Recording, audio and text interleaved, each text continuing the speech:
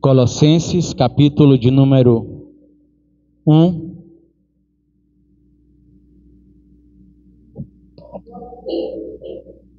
Nós iremos ler os versículos de 1 a 8. Os que acharam, digam amém.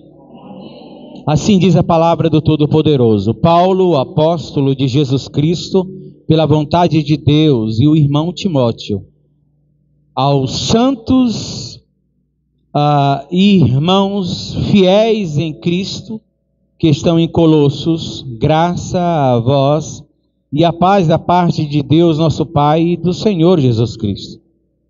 Graça damos ao Deus e Pai do nosso Senhor Jesus Cristo, orando sempre por vocês, porquanto ouvimos da vossa fé em Cristo Jesus, do amor que tendes para com todos os santos, por causa da esperança que está reservada nos céus, da qual já antes ouviste pela palavra da verdade do Evangelho, qual já chegou a todos vocês, como também está em todo o mundo, e já vai frutificando, como também entre vocês, desde o dia em que ouvistes e conhecestes a graça de Deus em verdade. Como aprendestes de Epáfras, nosso verdadeiro e amado conservo, para vós é um fiel ministro de Cristo, o qual nos declarou também do vosso amor no Espírito.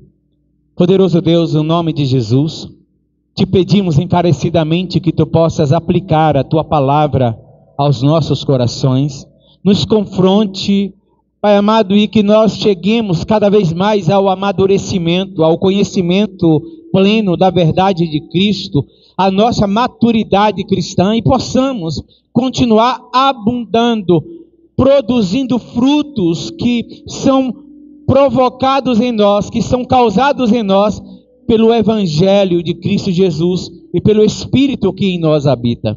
Ó Deus, ache em nós adoradores verdadeiros, discípulos fiéis de Cristo, Pai amado, que a cada dia nós possamos crescer nesse caminho do discipulado, da aproximação, Pai amado, e que possamos nos tornar cada vez mais parecidos com Jesus. Não há outro caminho, é só Cristo, somente o Evangelho, e que nós possamos crescer por Ele, para a glória do nome de Jesus, é o que nós te pedimos, encarecidamente, no nome do Senhor. Glória a Deus. Meus irmãos, a obra de Deus, ela é feita pelo poder de Deus. A obra de Deus é feita com a participação e envolvimento de pessoas, e a obra de Deus cresce à medida que o Espírito Santo vai produzindo frutos do Evangelho em nós. Essa carta foi escrita aproximadamente no período de 30 anos, compreende um período de 30 anos após a morte e ressurreição de Jesus. Paulo escreve àqueles irmãos, e quando a gente lê o livro de Atos, por exemplo, a gente vê que, embora não existisse uma organização setorial, a gente percebe que alguns apóstolos parece que são responsáveis por algumas áreas, geograficamente falando, para a evangelização. E o apóstolo Paulo é responsável em suas viagens missionárias pela plantação, a manutenção e o cuidado de várias igrejas nessa região da Ásia Menor. E Paulo chegou até a Itália, e o propósito dele era chegar até a Espanha, e não deu tempo. Mas o Evangelho, embora Paulo não chegou, mas o Evangelho chegou e atravessou os séculos e todos os continentes. O Evangelho alcançou pessoas e formou e fundou igrejas, pessoas que adoram ao Senhor em espírito e em verdade. E agora Paulo, impedido de estar com esses irmãos, não se sabe se Paulo chegou a voltar a estar com os irmãos. Tudo indica que não, ele não voltou mais a estar com esses irmãos. Mas Paulo, sempre que impedido a estar em algum lugar, ele enviava então um dos seus discípulos, pastores, e principalmente Timóteo, que estava sempre com ele. Timóteo tinha esta função de cuidar da igreja na ausência de Paulo, nos impedimentos de Paulo. Além de Timóteo, que era esse verdadeiro companheiro, aqui nesta igreja, nesta cidade, nós temos Epáfras, que parece que é o pastor, parece que é o responsável, e o representante de Paulo, como discípulo de Paulo, foi alcançado neste lugar. Então agora ele leva a notícia dos irmãos para Paulo, e Paulo então vai instruir a igreja acerca da verdade em Jesus Cristo. Verdade é que os irmãos em Colossos estavam sendo atacados por falsos mestres, querendo impor princípios da lei que Cristo já tinha cumprido, e com isto estavam sendo tentados a anular o sacrifício de Jesus. E a carta aos Colossenses vai falar sobre a supremacia de Cristo. Tudo por Cristo e nada sem Cristo. Aliás, esta é a ideia desta carta, a supremacia, a suficiência do sacrifício de Jesus. Somente Cristo, somente a graça de Cristo, somente o evangelho de Cristo, somente a verdade de Cristo é capaz de transformar não somente pessoas, mas toda uma região. Foi o que o evangelho fez na vida dessas pessoas. E a gente vai então ver nessa pequena introdução essa ideia tríplice, sempre essa ideia de uma trilogia, de uma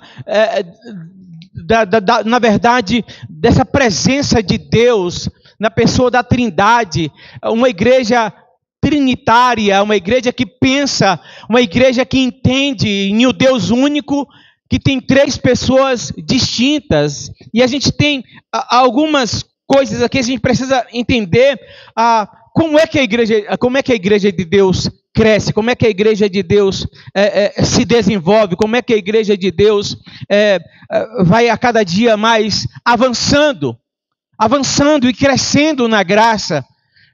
O que é preciso para que a igreja de Deus se torne não somente consistente e firme, mas para que ela avance, para que a obra de Deus cresça. E nós temos algumas, nessa introdução de Paulo, o porquê que essa igreja estava tão consistente, o porquê que essa igreja estava tão avançando, e a fé daqueles irmãos era tão profínqua, era tão profunda, que a fama da fé deles e o amor deles para com Cristo, para com a cooperação com o Evangelho, para a propagação desse Evangelho, pelo qual eles tinham sido alcançados, está em todo mundo.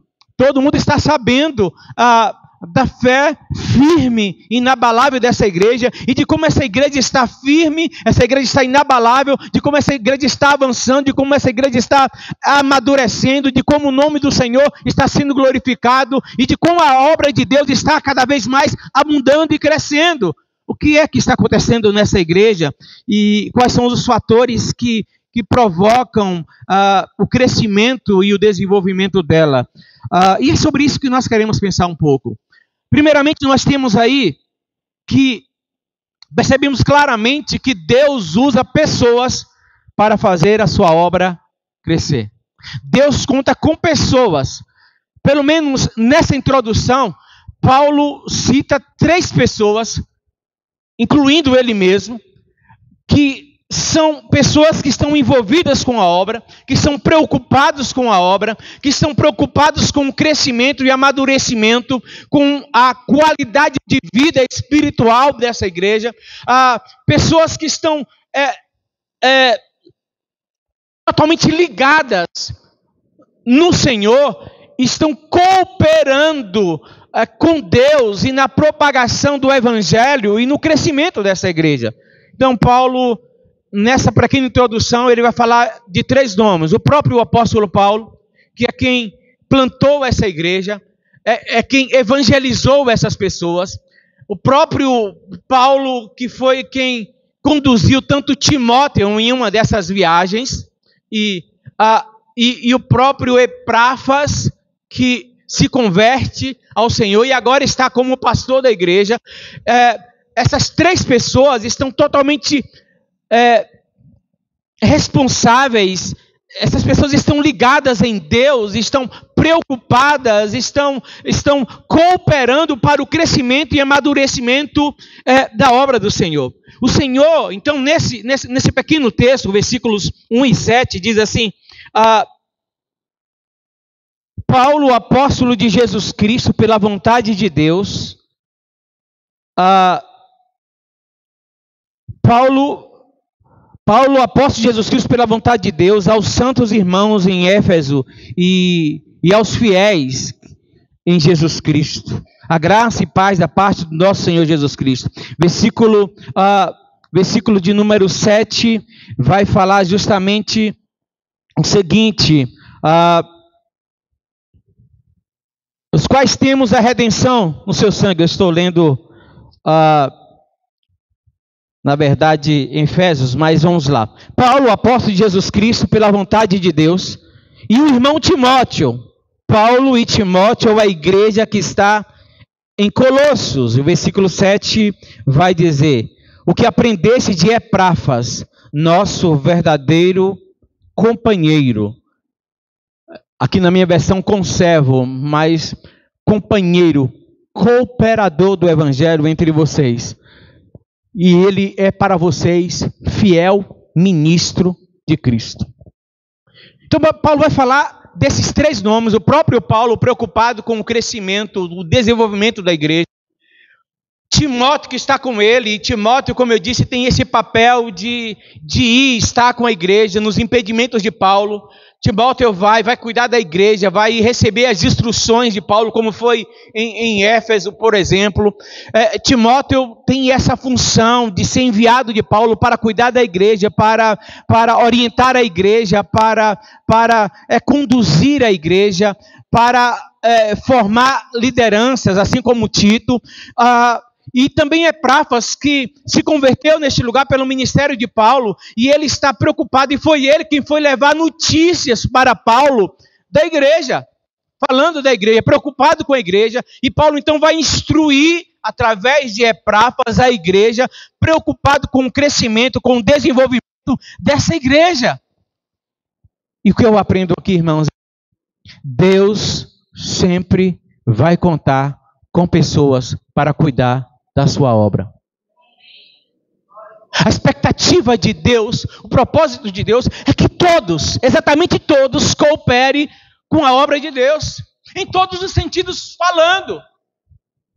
E quando a gente fala contribuir, a gente passa longe dessa questão financeira, também ela, mas nós estamos falando do cuidado, da espiritualidade, da busca, de estarmos juntos, de propagar o evangelho, de anunciar o evangelho, de alcançar pessoas, de estarem firmes em Cristo, de pensar a palavra, de viver a palavra. Então Deus conta com todos, mas nem todos estão disponíveis, mas Deus sempre vai contar com pessoas que cooperem com a sua obra e com o crescimento dessa obra.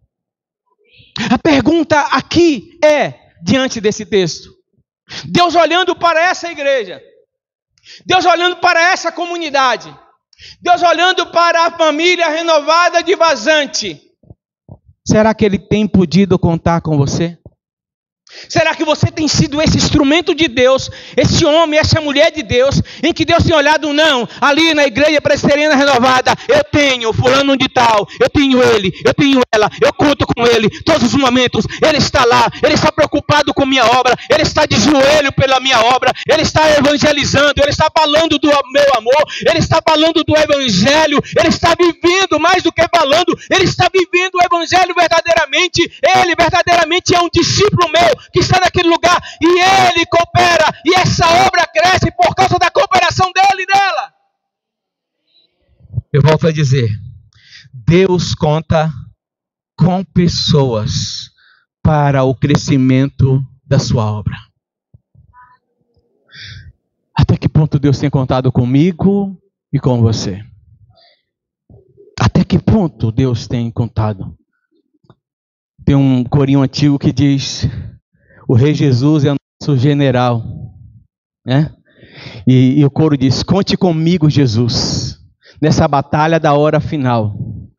Conte comigo para ser combatente contra o mundo vil, contra o pecado do mal. O Rei Jesus é esse general que está regimentando, que está contando, que está esperando com a minha cooperação, com o meu movimento, em eu estar. E quando nós estamos falando, Ele está contando com cada um de nós para que possamos estar na linha de frente, né? Possamos estar na frente da obra, possamos nos preocupar com a obra. Precisamos pensar no crescimento, no amadurecimento da igreja, e isso só é feito com oração, com evangelismo, com leitura de Bíblia, com aproximação de Deus, mas também aproximação dos outros. A gente não pode esperar que a obra será feita e ela não crescerá com saúde espiritual se apenas o pastor ou a liderança estiver preocupado com o crescimento dela. Deus conta com todos. Deus conta com todos. Imagine agora se nós estivéssemos tendo uma visão do trono de Deus e de anjos e serafins que clamam: Santo, Santo, Santo é o Senhor dos exércitos. Toda a terra está cheia da sua glória. E de repente a gente sentia a nossa pequenez, nós sentirmos as nossas fraquezas e debilidades, e o próprio Deus apresentasse diante de nós: quem irá? A quem enviarei? Quem irá por nós? Quantos de nós está apto, está tão envolvido com Deus para dizer: eis-me aqui, Senhor, conte comigo, Jesus. Eu queria que você soubesse que independente dos seus recursos, independente do teu conhecimento ou da falta dele, independente do teu grau de conhecimento, de sabedoria, independente dos teus recursos intelectuais ou a falta deles, Deus conta comigo e com você para o crescimento da sua obra neste lugar. Deus conta comigo e com você. Deus chama pessoas para participar do seu projeto de redenção e de salvação. Isso é um privilégio muito grande. Os anjos desejaram ter isso. Os anjos desejaram ter essa oportunidade. Os anjos desejaram ter essa rica oportunidade de poder participar do projeto de redenção de Deus. Mas Deus deu isso à sua igreja, aos seus servos. Deus nos redimiu e Ele então espera, Ele conta, Ele nos chama, melhor do que isso. Ele nos chama para que nós participemos como adoradores, como propagadores do Evangelho, e com isso contribuindo com o plano redentivo de Jesus. E eu vou ser mais específico. Deus conta, Deus nos chamou, Deus chamou a mim e a você, e Deus conta para o seu plano de redenção nessa cidade, em cada um de vocês. Deus conta em salvar almas, salvar vidas, propagar o Evangelho. Deus conta comigo e com você. Mas esse texto então vai caminhando e Paulo vai mostrar que não somente esses três nomes estão cooperando com o crescimento, com o amadurecimento da igreja em Coros. Não somente Paulo, Timóteo e Epáfras, mas os próprios irmãos, a própria igreja está envolvida, está imbuída nesse propósito, e Deus vai falar, e Paulo então vai relatando, e ele vai citando mais três pessoas, as três pessoas mais importantes. Ele vai falar de Deus Pai, ele vai falar de Deus Filho, e ele vai falar do Deus Espírito. Pai, Filho e Espírito Santo, a própria Trindade está cooperando, e vai mostrar que os recursos não são humanos. Os recursos são divinos. É o poder de Deus que está operando isso na igreja. É o poder de Deus que está capacitando Paulo, Epáfras, Timóteo e toda a igreja a propagar o evangelho, a viver uma fé autêntica, uma fé que influencia, uma fé que engrandece o nome do Senhor e que leva o evangelho e que alcança outras pessoas. Não é pelo poder deles, não é pela inteligência deles, não está neles mesmos, embora eles estejam cooperando com o plano de Deus, mas o projeto, o poder e os recursos vêm do Senhor. Portanto, de novo, Deus conta comigo, com você, independente dos recursos que nós temos. Porque o poder e os recursos vêm do Senhor. Então, ninguém pode dar desculpa, eu não sei falar. Eu não sei fazer, eu não sei evangelizar. Porque o próprio Deus age e interage. Então, o Pai, com sua graça maravilhosa, revela o Filho. O Filho, com seu amor, ou o Pai com seu amor, o Filho com sua graça, ele se entrega pelo sacrifício. E ele mesmo diz, olha, eis que estarei convosco todos os dias, até a consumação dos séculos. E no momento em que ele não está mais, ele chama os discípulos, ele está sendo assunto aos céus, ele diz, olha, eis que eu vou, mas eu vou preparar um lugar para vocês, e eu voltarei outra vez para buscar vocês, para onde quer que eu esteja, vocês estejam também. Mas fique sabendo de uma coisa, enquanto eu estiver ausente, eu estou enviando outro Consolador, o Espírito Santo da verdade. Ele testificará com o vosso Espírito que vocês são filhos de Deus. Versículos 1 e 2. 1, 2, 3 e 8 diz assim.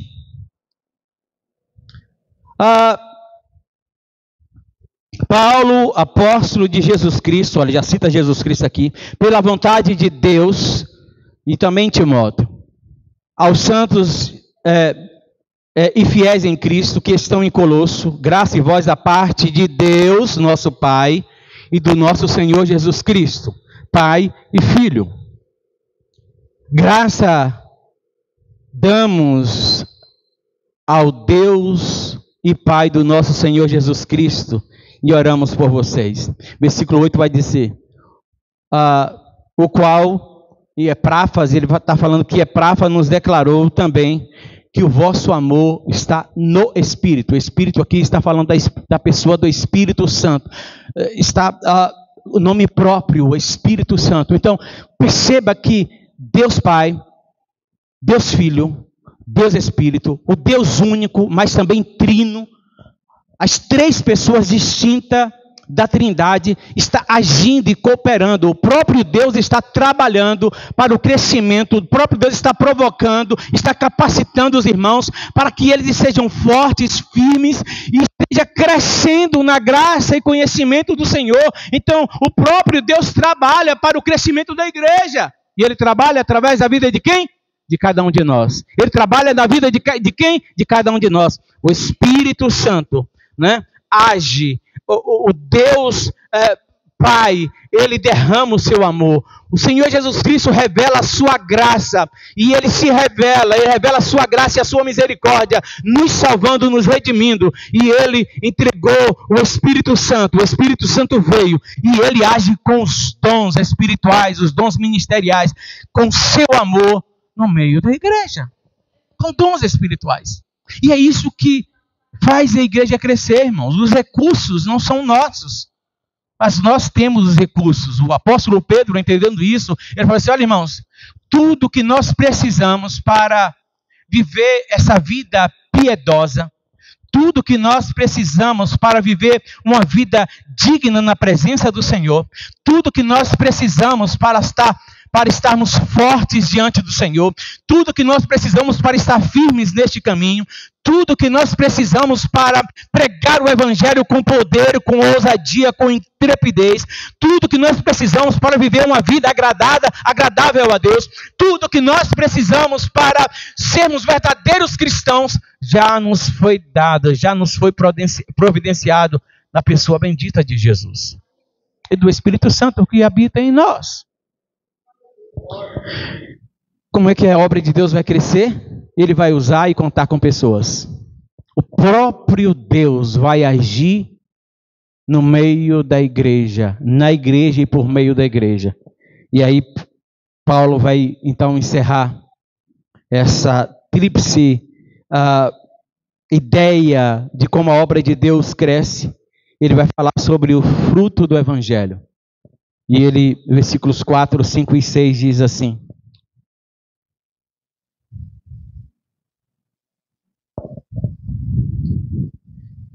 portanto, ouvimos da vossa fé em Cristo Jesus e do amor que tendes com todos os santos, por causa da esperança que está reservada nos céus, da qual já antes ouvistes da palavra da verdade do Evangelho, e que já chegou até vocês, como também está em todo o mundo, e já frutificando, como também entre vós, desde o dia em que ouviste e conhecestes a graça de Deus em verdade. Paulo vai falar sobre 3 coisas que são essenciais. São muitas coisas, mas 3 frutos que são essenciais, que o Evangelho produz e transforma as pessoas. E ele vai dizer sobre fé, amor e esperança. Esses frutos precisam ser produzidos na vida de todo crente. Não existe crente que não tem esses frutos.